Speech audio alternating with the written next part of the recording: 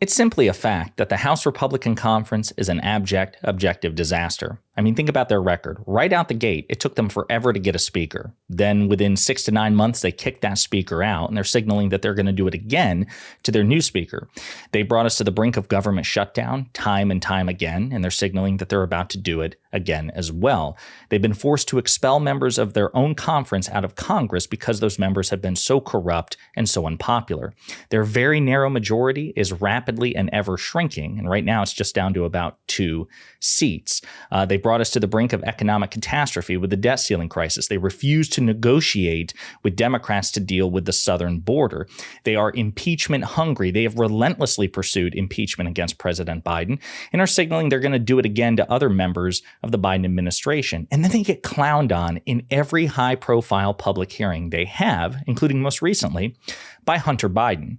And if that wasn't bad enough, they constantly tell us that they suck. Chip Roy, Marjorie Taylor Greene, and everyone in between have gone on the record to say that the Republicans suck at governing and they have nothing to campaign on. And it's an election year, and that's pretty bad. And to make things worse, they are losing the sympathy of the Fox propaganda network, who seems to be very frustrated by the Republicans' lack of progress. But before we unpack all that, if you end up liking this video and you want to support the channel, please be sure to hit the like, subscribe, and alert buttons before you go. I'd greatly appreciate it. All right, friends. Yeah, so this video is going to be about the Fox propaganda network. Like, you can, their visible frustration just in the past 24 to 36 hours with the clown show that is the Republican Party. This is Fox and Friends. This is them reacting to the stuff going on with the potentially renewed speaker drama with Mike Johnson and his negotiations with the Democrats and how far-right Republicans are furious with him. It is unclear at this point on Capitol Hill if the Republicans actually have enough votes to, if they bring it up for a vote, if it would pass, because the Republicans in the House are in such disarray. The Speaker of the House is hanging onto his job by a thread. 2 votes, right? Well, here's the thing. It just takes 1 for a motion to vacate. That's what happened to Kevin McCarthy. Yeah. I was hearing Please some people say they're not going to go down that route again. They might. It looks Chip like Roy says they might. It could happen before February 1st. So the Republicans may not have the vote, even though they had the big chaotic circus yesterday. Yeah, Can they change that rule, the motion to vacate? They didn't. This is crazy. Why would they do that? We're in a presidential year. They just want to make sure they're not in the majority next election. They just want to make sure they're not in the majority in the next election. That's fine by me. I mean, again, it just demonstrates once again to the American people, thank God, in an election year, at just how terrible the Republican Party is at governing. I want to play a couple of clips from Harris Faulkner, again, an alleged straight news journalist, right? She's not supposed to be Laura Ingraham.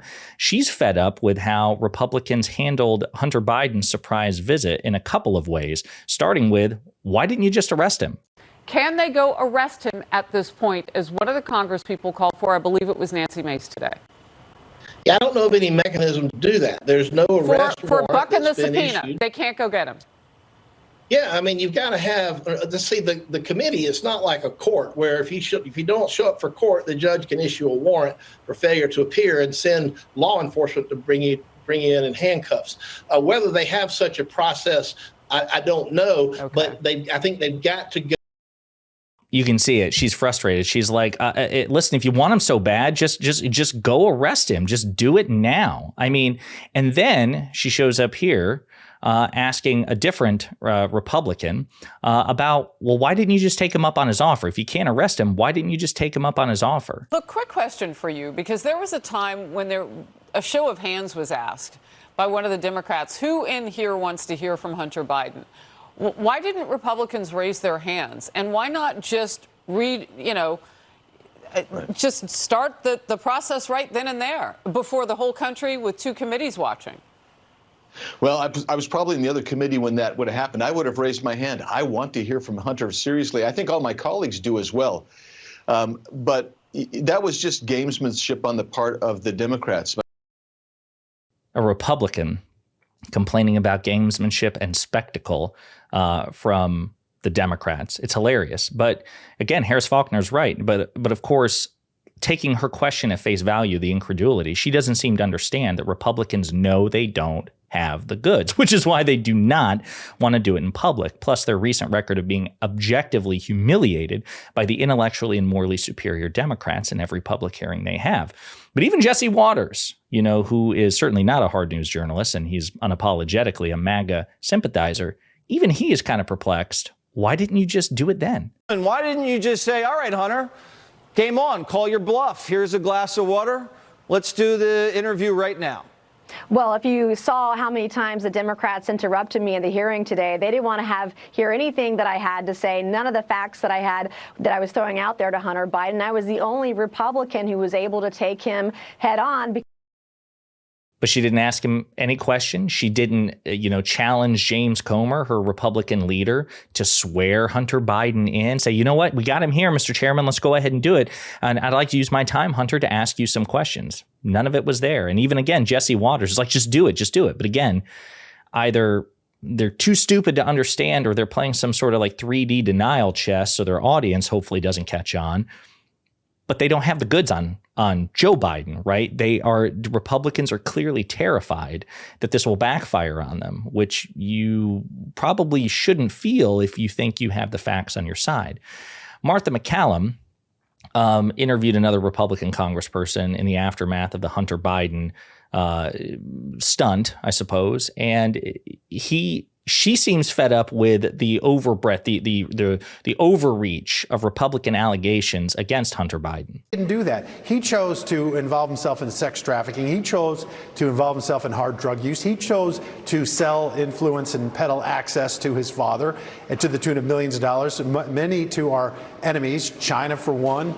And so this is all on him. And you know what? There's got to be consequences for your actions. So to sit there and say that this is about, addiction or Republicans trying to pick on him, we're just trying to get to the truth and treat Hunter Biden like any other American citizen. Looking at the things he's been charged with, I don't think sex trafficking is one of them. I know there are images with women, ostensibly prostitutes. Is that what you're referring to in the video when you say sex trafficking? Yes. But he's not been charged with sex trafficking, just to be clear. No, but he certainly participated in it. Okay. All the evidence certainly shows.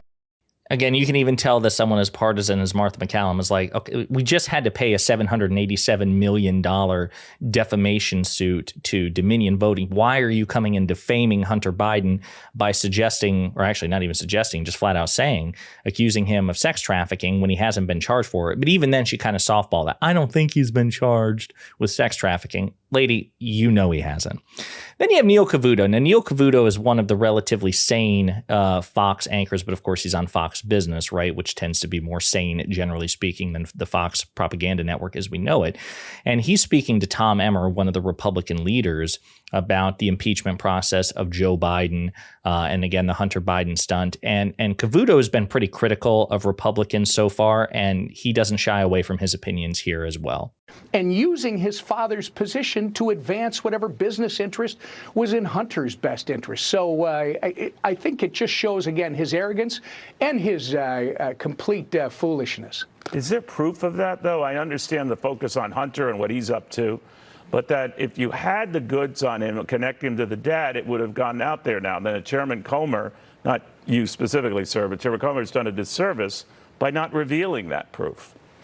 Well, I don't know that. I think a disservice would be rushing to judgment without letting all the facts come out.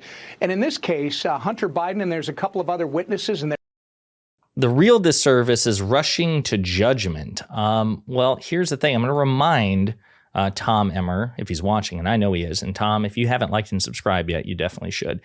This is his chairman, James Comer, the Republican in question that Neil Cavuto called out. The day that Hunter Biden crashed the hearing, so yesterday, this is what Mr. Not Rushed to Judgment had to say about the impeachment of President Biden. Do you feel you have the evidence right now to prove to the American people that President Biden committed a crime? I think so. I think the American people have one. I think so. So we're in the impeachment inquiry process. You have not produced any evidence that Joe Biden committed a crime, but the chairman of the primary committee, there are 3 committees involved, House Oversight, House Judiciary, and House Ways and Means. Comer is the chairman of House Oversight. He's saying, I think Joe Biden committed a crime. And he's saying it at the most popular news network in the United States. He also said back in August of 2023 that he's prepared to vote for impeachment that day, back in August. So they have prejudged it. And as Neil Cavuto correctly points out, the Republicans have failed utterly to produce evidence. So as you can see, this is just, again, these are examples from the past 36 hours of the Fox propaganda network, of all places, being absolutely fed up with the incompetence and dishonesty of this Republican Party. Now, I have no doubt that they'd be fine with dishonest Republicans, but the clumsiness of their lies is putting Fox in a precarious position. So I think it's great. This is an election year. I wish we had a good faith Republican Party, if we're going to have a Republican Party at all, to, again, litigate and debate and legislate issues in good faith with one another.